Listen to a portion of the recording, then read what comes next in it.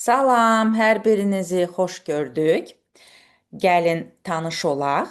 Mən Xəlilova Elnarə, ailə və uşaq psixoloqu, MDR psixoterapevtəm. Sky mərkəzində təlimçi kimi fəaliyyət göstərirəm. Gestalt psixoloji mərkəzdə psixoterapevt və Odlar Universitetində təcrübəçi müəllimə kimi psixologiya sahəsində dərs deyirəm, pedaqoqam.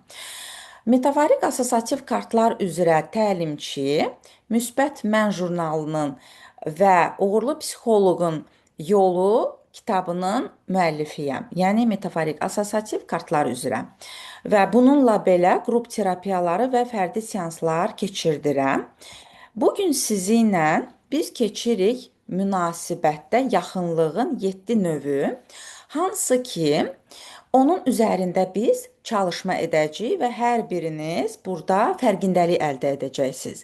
İlk öncə qaydalardan danışmaq istəyirəm. Bu workshopun materialın surəti qorunur. Materialları qeyri-qanuni sürətlə çıxarılmaq, yaymaq olmaz. Əgər aşkar olunarsa, yəni qaydanı pozan, müəllif hüququnu pozma insanlar məsuliyyətə cəlb olunacaq. Bu belə. Belə bir çarx var, hansı ki burada 7 yaxınlıq növü izah olunub. Gördüyünüz kimi emosional yaxınlıq, fiziki yaxınlıq, seksual yaxınlıq, duyğusal yaxınlıq, mənəvi yaxınlıq, yaradıcı yaxınlıq, intellektual yaxınlıq və konfliktli yaxınlıq. Bunların hər birinin üzərində biz metaforik assosiativ kartlarla terapiya edəcəyik, dəyərləndirmə edəcəyik. Belə bir söz yazılıb burada. Sevgi tək başına kifayət etmir. Yaxınlığın müxtəlif formaları var. Yəni problem çox vaxt sevgidə deyil, balansın pozulmasındadır. Deməli, təlim ümumiyyətlə kişi və qadın arasında olan yaxınlıq və güvən proqramıdır. Bu təlimdə qeyd etdiyim kimi 7 növ yaxınlığı öyrənəcəksən, münasibətini düzgün və sağlam şəkildə analiz etmiş olacaqsan, səbəbləri anlayacaqsan, addım-addım plan quracaqsan və əlbəttə ki, özünü və qarşı tərəfdəki partnyorunu tanımış olacaqsan. Məqsəd və vəzifələrdən izah etmək istəyirəm.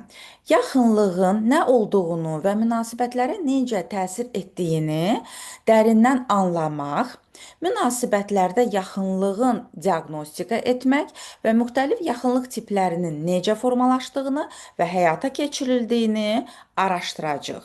Bu ümumiyyətlə bunu qeyd eləməkdə məqsədim, yəni əsas səbəbim yaxınlıqda fərqindəliyi qıraqdan görməyinizdir. Yəni hər birinizin A4 vərəqi və karandaşı olsun önündə ki, siz burada hər biriniz fərdi şəkildə texnikaları öz üzərinizdə etmiş olasınız. Ki, daxili resursları aşkar etməkdə addım-addım fəaliyyətin plan qurmasına sizə kömək eləsin. Sonrakı etapda keçid edirik alqoritma. Qeyd elədiyim kimi 7 növ yaxınlıqdan söhbət açacağıq.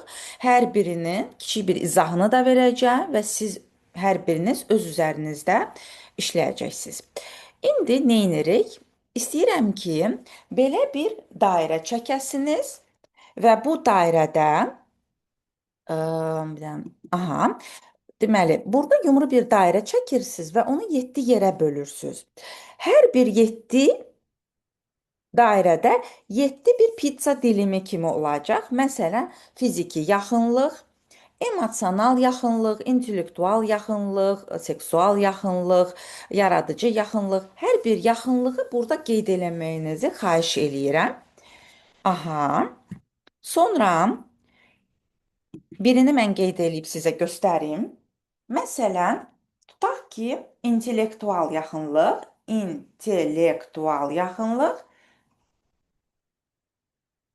İntellektual yaxınlığı yazırıqsa, 0-dan 10-a kimi bal qeyd eləyirik. 0 və 10. Burada, məsələn, seksual yaxınlıq 0-10, fiziki yaxınlıq 0-10, mənəvi yaxınlıq 0-10, konfliktli yaxınlıq 0-10. Bütün hamısı 7 yaxınlığı qeyd eləyib 0-dan 10-a kimi dəyərləndirmə edirik. Və bu yaxınlığın hər birini dəyərləndiririk. İndi istəyirəm bir dənə baxaq. Deməli, birinci fiziki yaxınlıqdırsa, siz yazırsınız fiziki yaxınlıq 0-dan 10-a kimi və burada sizə açıq suallar verilib. Deyir ki, bu sənin üçün nə deməkdir? Yəni fiziki yaxınlığı sən özündə necə görürsən? İlk öncə məlumat vermək istəyirəm. Sevginin 5 dili var. Yəni bunu ola bilər bəziləriniz eşitmisiniz, bəziləriniz bilmirsiniz. Biraz məlumat verim. Yəni biz uşaqlıqda 5 sevgi dilini öyrənirik. Birinci təmas, qucaqlaşmaq, yəni kinestetik insanlar. İkinci audiallar, yəni söz.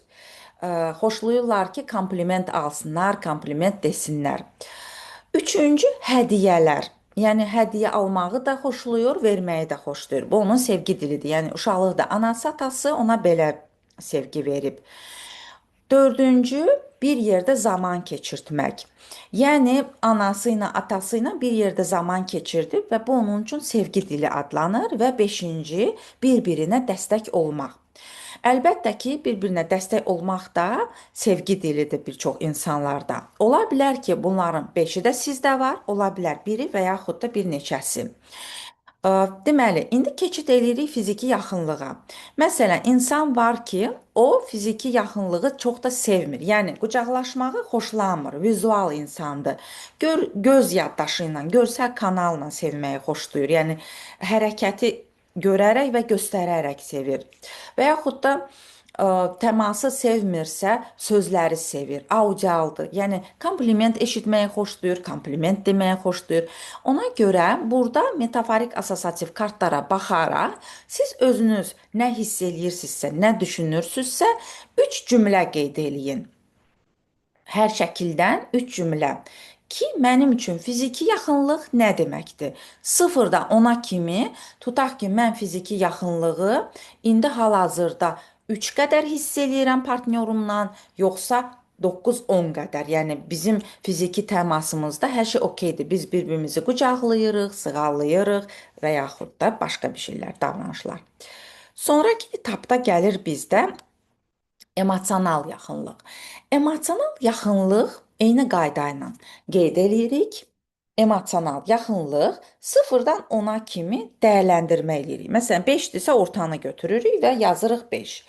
Tutaq ki, emosional yaxınlıq iki insanın, kişi və qadının bir-birini duymağı, hiss eləməyindən söhbət gedir. Yəni onlar empatiya qura bilirlərmi? Bir-birini anlaya bilirlərmi? Duyğuları bir-birinə göstərə bilirlərmi? Yəni burada emosiya dedikdə hisslərini bir-birinə necə göstərirlər? Məsələn, sən öz hissini partnyora necə göstərirsən, necə ifadə eləyirsən?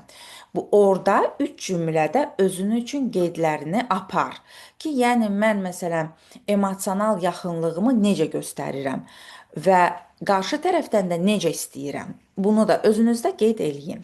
Kartlar sizə assosiativ olaraq tərtib etmişik ki, sizə daha rahat olsun düşünməyiniz üçün. İndi gedirik 3-cü etapa. 3-cü etapdakı yaxınlıq mənəvi və ruhani yaxınlıqdır. Yəni, yenə eyni qayda ilə qeydimizi aparırıq, yazırıq mənəvi yaxınlıq. 0-dan 10-a kimi. Mən partnyoru, ümumiyyətlə, mənimlə partnyorun mənəvi yaxınlığı necədir? Bizim dəyərlərimiz, əxlaqi dəyərlər, dini dəyərlərimiz, ailə dəyərlərimiz üst-üstə düşürmü? 0-dan 10-a kimi hansı rəqəmi mən yazardım? Tutaq ki, atıram 7 və yaxud da siz özünüz yazın 10 və yaxud da heç üst-üstə düşmür, yəni. 3 cümləni yenə ifadə eləyin. Nə hiss edirsiniz bu barədə, nə düşünürsünüz bu barədə?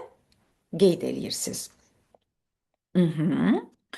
Deməli, dəyərlərin qarşı tərəfdən və sizin özünüzdə necə hiss eləyirsinizsə, necə görürsünüzsə, onları da 3 cümlə ilə qeyd eləsəniz daha yaxşı olar. Və bizdə gəlir növbəti 4-cü intellektual yaxınlıq. Əlbəttə ki, intellektual yaxınlıq da dünya görüşü ilə, kitab oxumaqla, filmə baxmaqla, dünyanı gəzməklə, çoxlu informasiya, bilikli olmaqdan söhbət gedir. Sizin partnyorla baxış bucağınız üst-üstə düşürmü? Maraqlarınız üst-üstə düşürmü? Məsələn, hansısa şairi müzakirə eləyəndə və yaxud da filmi müzakirə eləyəndə siz bölüşüb bir-birinizi anlaya bilirsinizmi? Yəni sizin baxış bucağı, analiz qabiliyyəti üst-üstə düşürmü? Sıfırdan 10-a kimi onu da qeyd eləyirsiniz həmin bu çarxda və yenidən qayıdırsınız, şəkilə baxaraq sualları oxuyub cavab yazırsınız. Ki, məsələn, mənim intellektual yaxınlığım qarşı tərəflə necədir? Fərqi yoxdur, nişanlı da ola bilərsiniz, subay da ola bilərsiniz, ailəli də ola bilərsiniz. Yəni, əgər sizin partnyorunuz yoxdursa, gələcək partnyorunuzu təxəyyül gücünüzlə, xəyal gücünüzlə təsəvvür edib qeyd eləyə bilərsiniz. Mhm.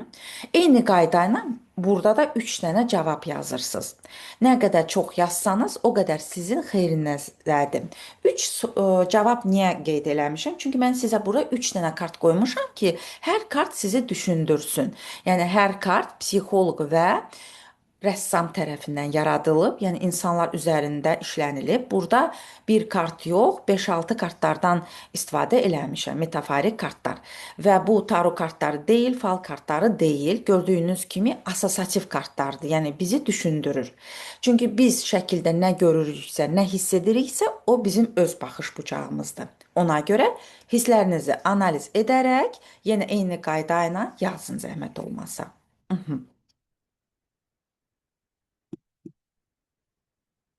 İndi keçid edirik 5-ci etaba, konfliktli yaxınlıq.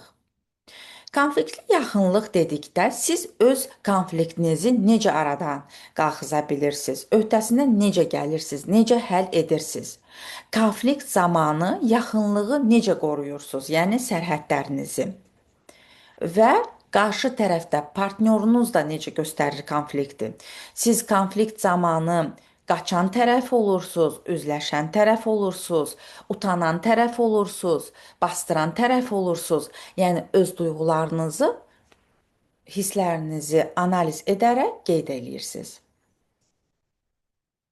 Mhm, mhm. Mən ola bilər ki, biraz sürətlə gedim, ancaq siz stoplayaraq, suallara baxaraq, şəkillərə baxaraq qeydlərinizi apara bilərsiniz. Tamam?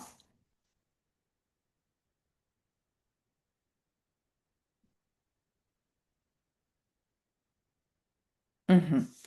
İndi keçirik növbəti etaba. Bizim növbəti etapımız gəlir yaradıcılıq yaxınlığı. Yaradıcılıq yaxınlığı nədir? Yəni siz nə qədər yaradıcısınız? Sizin partnyorunuz nə qədər yaradıcıdır? Uğurlarınız, ideyalarınızı bir-birinizlə paylaşa bilirsinizmi? Bir-birinizi anlayırsınızmı? Onları da qeyd eləyin.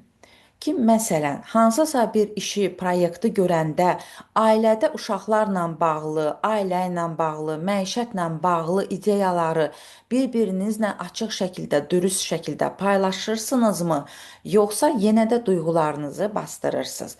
Onu da eyni qayda ilə 0-dan 10-a kimi dəyərləndirmə edirsiniz və öz qeydlərinizi aparırsınız.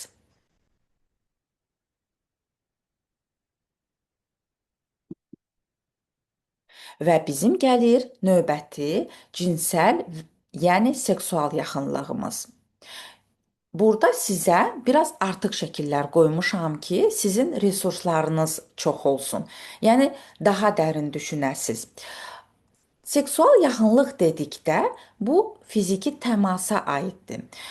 Hər kəsin fərqli yaradıcı tərəfi var, yəni libidası, yaşama eşqi. Seksual yaxınlıq insanın yaradıcı tərəfi, yaşama eşqi, libidosudur. Junga görə libidodur, Freydə görə cinsəllikdir, seksual enerjidir. Siz öz partnyorunuzla cinsəl yaxınlığı, münasibəti necə qurursunuz? Yəni sevişmə olurmu? Rəqs etmək olurmu? Bir yerdə təbiətə çıxmaq olurmu? Səyahət etmək olurmu? Qucaqlaşmaq, söhbət etmək, oyun oynamaq, yəni bir yerdə zaman keçirtmək olurmu? Bunları da özünüzdə qeydlərini aparın. Əgər sizdə çoxdandır bu davranışlar yoxdursa, demək ki, özünüzə plan cızın. Məsələn, sıfırdan 10-a kimi deyə bilərsiniz ki, çoxdandır bizim münasibətimiz soyuyub, bizim cinsəlliyimiz zəifləyib. Fikir verin, baxın, görün. Xanım olaraq friqitləşmə gedibmi sizdə? Yəni əgər bədəniniz bərkiyibsə, siz idmanla məşğul olun, dartınma hərəkətləri edin və yaxud da cinsal terapevt kimi, yəni mən həmişə tapşırıq verirəm, çünki çoxları bilir ki, mən ailə terapevtiyəm. Ailələrlə işləyirəm və orada kişi-qadın münasibətində üç məqam olur ki, gətirib insanın konfliktə və boşanmağına çıxardır. Birinci emosional bir-birini anlamayanda, ikinci cinsəllik olmayanda, üçüncü məişətdə bir-birinə dəstək olmayanda, yəni bir tərəf daha yüklənəndə orada pasiv aqressiya olur və yola gedilmir. Bu üçündən ikisi yoxdursa, münasibət orada bitmiş sayılır. Üçü olmağı daha yaxşıdır.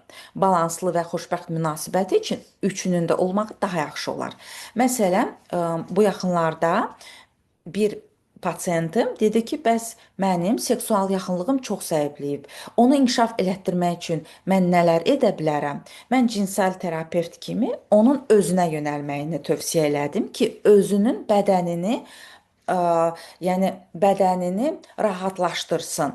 Getsin rəqsə, getsin yoqaya, idmana, yəni özü sevdiyi, ə, belə deyək də, hər kəsin özəl hobbiləri olur da, getsin öz hobbilərinə baxsın. Görsün o rəqs etsə daha rahat olar, masaja getsə rahat olar. Yəni hamamda bədən qulluğu etsə daha rahat olar. Bədənə yönlənmək insanın özünün yaşama eşqini artırmağının səbəblərindən biridir. Və əlbəttə ki, özünlə məşğul olan qadın əks tərəfə çox maraqlı olur. Okey, belə. İndi gedirik növbəti etapa. Resurslara. Burada maraqlı bir şəkil var. Bu şəkilə baxaraq biraz düşünün. İstəyirəm. Mhm. Özünə sual ver. Bu münasibəti necə qurmalıyam ki, bütün yaxınlıq növləri inkişaf etsin? Yəni 7 yaxınlıq növü inkişaf etsin. Bunun üçün hansı variantları var? Hansı resurslar mənə kömək edəcək? Yəni öndə mən sizə şəkillər qoymuşam. Məsələn, söhbət etsəz, üzləşsəz, kofe içsəz, oyun oynasaz, təbiətdə adi velosiped sürmək, rəqsə bir yerdə gedib rəqs etmək, bir-birini tanımaq üçün rəqs çox gözəl bir üsuldur. Evdə də musiqi qoyub rəqs edə bilərsiniz və yaxud da qucaqlaşmaq oksitosin hormonunu artırır da, yəni insan özünü təhlükəsizlikdə hiss eləyir qucaqlaşanda. Deməli, başlanğıcda çəkilən balans çarxı, yəni bu qeyd elədiyim balans çarxına qayıdırıq və qeyd elədiyiniz bütün dəyərləndirmələrə baxırsınız və birləşdirirsiniz. Birləşdirəndən sonra o dəyərləndirmə etdiyiniz, məsələn, atıram intellektual 9-dursa, məsələn, seksual 5-dirsə, 9-dan 5-ə düşür. Sonra məsələn, mənəvi 7-dirsə, 5-dən 7-yə qalxır. Belə-belə əyri-üyrü bir işarələdiyimiz rəqəmləri birləşdirir, əyri-üyrü bir çarx alınır. Və bu çarx əgər sizin həyatınızı idarə edən maşın olsaydı, o hara kimi gedərdi? Zəif gedərdi, düzdür? Hesab eləyin ki, bu da sizin kişi və qadın arasında olan münasibətinizin çarxıdır. 7 yaxınlıq çarxı. Onların balansda olmağı üçün hansı aşağıdırsa ona doğru bir strategiya yazın. Plan qurun. Ki məsələn atıram, cinsəllik bizdə çox zəifdirsə, demək ki, onun üzərində işləmək üçün bir yerdə zaman keçirtməyimizə ehtiyac var. Bunun üçün siz daha yaradıcı olub, daha maraqlı bir şeylər təşkil eləyə bilərsiniz. Məsələn, bir yerdə rəqs etmək, kinoya baxmaq, film analizi etmək, belə. Və gedirik növbəti. Meditasiya gəlir bizdə və istəyirəm ki, sizinlə meditasiya eləyək. Ümidvaram ki, bu gün sizə izah elədiyim 7 yaxınlıq sizin həyatınıza gözəl bir gözəllik qatacaq və fərqindəlik verəcək. Bu qrup terapiyasıdır, hansı ki, bunu mən fərdi seanslarda 1 saata kimi edirəm. Ancaq qrup seansında insan öz üzərində işlədiyi üçün, yəni workshop nə deməkdir? Mən suallar verirəm, sizi yönləndirirəm. Siz isə özünüzü analiz edərək yazırsınız və baxırsınız. Fərqindəliklərinizi, insightınızı qeyd edirsiniz. Bu özü də böyük bir terapiya üsuludur.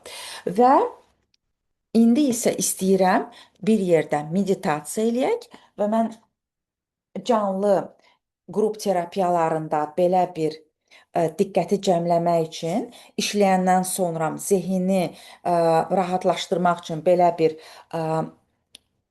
şaman çaşkasından istifadə edirəm. İndi istəyirəm bir dənə burada edim.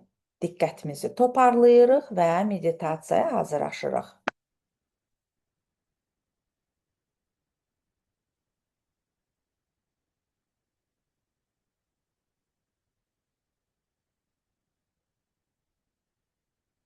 İndi isə mən öz ekranımı bağlayıram və sizin hər birinizi istəyirəm gözünüzü yumasınız və diqqətlə meditasiyanı dinləyəsiniz. Mən öz ekranımı bağlayım ki, sizin diqqətiniz yayılmasın. Deməli.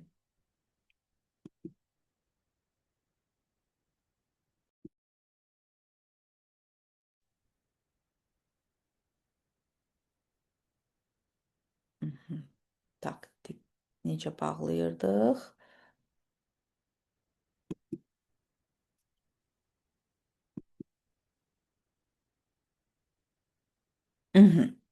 İndi isə nə edirik? Rahat şəkildə əyləşirik, ayaqlarımız və əllərimiz açıq şəkildə otururuq. Və yaxınlıq və güvən meditasiyasını dinləyirik. Gözümüzü yumuruq, ətrafınızda heç bir insan olmasın, tamamilə sakit şəkildə mənim səsimi dinləyirsiniz. Mən sizə musiqi qoymuram, diqqətiniz yayılmasın. Sadəcə mənim səsimlə, öz təxəyyül gücünüzlə irəliləyirsiniz. Dərin bir nəfəs alırıq, veririk, gözümüzü yumuruq. Rahat şəkildə burundan nəfəs alırıq və ağzımızdan veririk yavaşca. Öz tempimizlə. Bir də alırıq burnumuzla və ağzımızla veririk. Bir də alırıq və ağzımızla veririk. 3 dəfə təkrar edirik. Bədəni yavaş-yavaş rahatlandığını hiss edin. Çiyniniz boşalır hər nəfəs aldıqca, üz əzələləriniz yumşalır, daxilinizdə sakitlik yaranır. İndi təsəvvür et. Sən öz təhlükəsiz məkanındasan. Bu məkan sənin üçün tam güvənlidir. Burada heç kim səni incitmir. Burada sən olduğun kimi qəbul olunursan. İndi qarşında bir insan təsəvvür et. Bu insan sənin üçün önəmlidir. Bəlkə də yaxın olmaq istədiyin, amma bəzən məsafə hiss etdiyin biri. Onun gözlərinə bax və daxildə sakitcə soruş. Bu münasibətdə mən nədən qorxuram? Cavab gəlsin. Onu dəyişmədən sadəcə qəbul et. İndi özünə bax. Sən bu münasibətdə necə görünürsən? Sən özünü qoruyursan, yoxsa açıqsan tam şəkildə? İndi ürəyinin mərkəzinə diqqət et. Orada yumşaq bir işıq təsəvvür et. Bu işıq güvən hissidir. Bu işıq yavaş-yavaş böyüyür. Sənin içini doldurur. İndi bu işığı qarşındakı insana doğru yönəlt. Heç nə demədən, sadəcə hiss et. Mən təhlükəsizəm. Mən açıq ola bilərəm. Mən yaxınlığa icazə verirəm. İndi özünə de. Mən sevgi almağa və verməyə hazıram.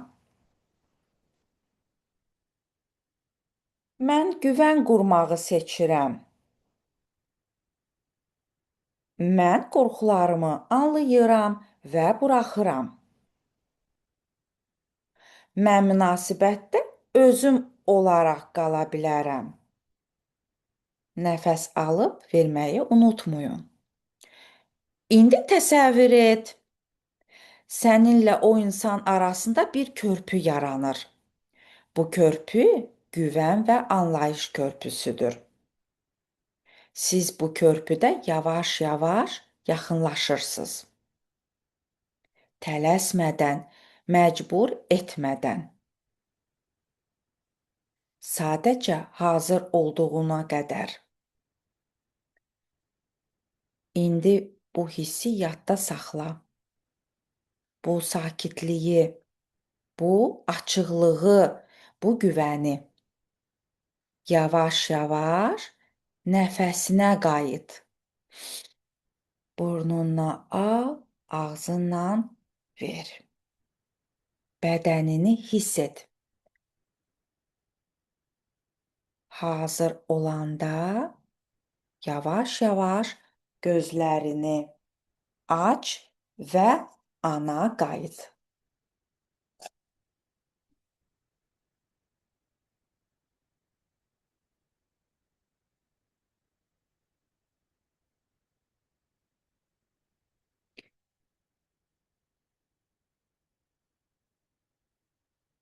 Bu qədər.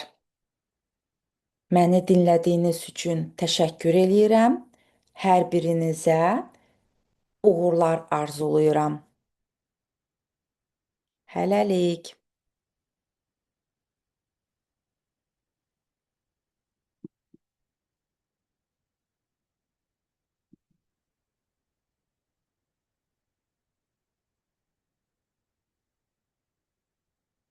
Yəni Həmzə mən öz recordingi bir dənə stop eləyim.